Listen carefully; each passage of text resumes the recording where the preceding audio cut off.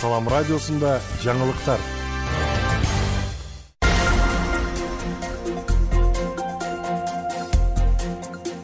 Арбаңыз ардактуу угарман жана көрүүчү, эфирде жаңылыктар түрмөгү. Аны менен мен Нурпейла Шор кызы тааныштырам.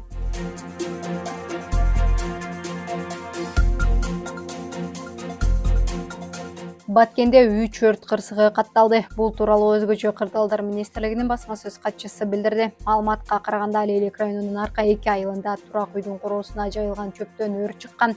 Өрт өчүрүүгө аймактык куткаруучулар тартылып, өрт өчүрүлгөн. Кызылкая шаарында турак үйлөрдүн биринин короосунда отундан өрт чыккан. Ал эми Кадымжайдын Үчкоргон айылында болсо, турак үйдүн мал сарайынан өрт чыккан. Өрт өчүрүүгө аймактык куткаруучулар тартылып, өрт толугу менен өчүрүлгөн. Белгилей кетсек, өлкө аймагында 15 өрт кырсыгы катталды.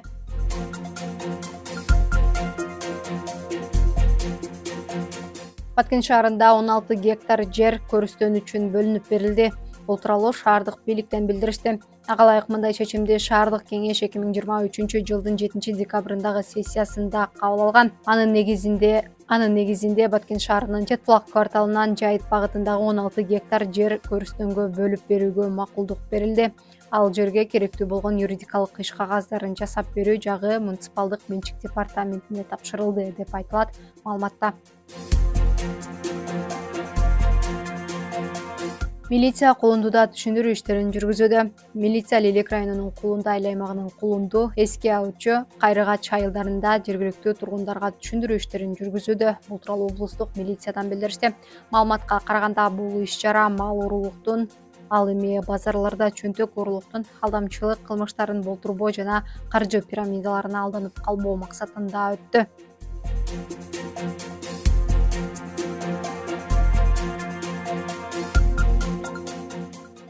Бүгүн Баткенде салык чек лотереясынын жеңүүчүлөрүнө байгелер тапшырылды. Иш-чарадан кабарчыбыз Сезмай Жураева кеп калат.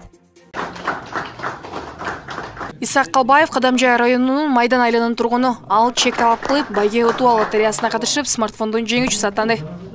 Негизи лотерея деп так ойлогон эмесмин, бирок ушул мамлекетибиздин экономикасы өссүн деген ниет менен эле ошол салыкты чекти талап кылып, ошол салыкты киргизип жүргөнмүн да чектичи. Анын насип кылыптыр, ушинтип утуп алдым. Ал эми Тилехан Сайкалова 2 жолу чек киргизип утуп алганын, учурда алган белегине кубанып турганын белгиледи. Мен өзүм башында кызыгып деле неме кылган жокмун, чекти жыйнап мындай неме кылбадым. Анан балам айтып калды, апа ушинтип чек алып неме кылбайлыбы деп. Анан ошол продуктадан неме кылган немеден алганбыз.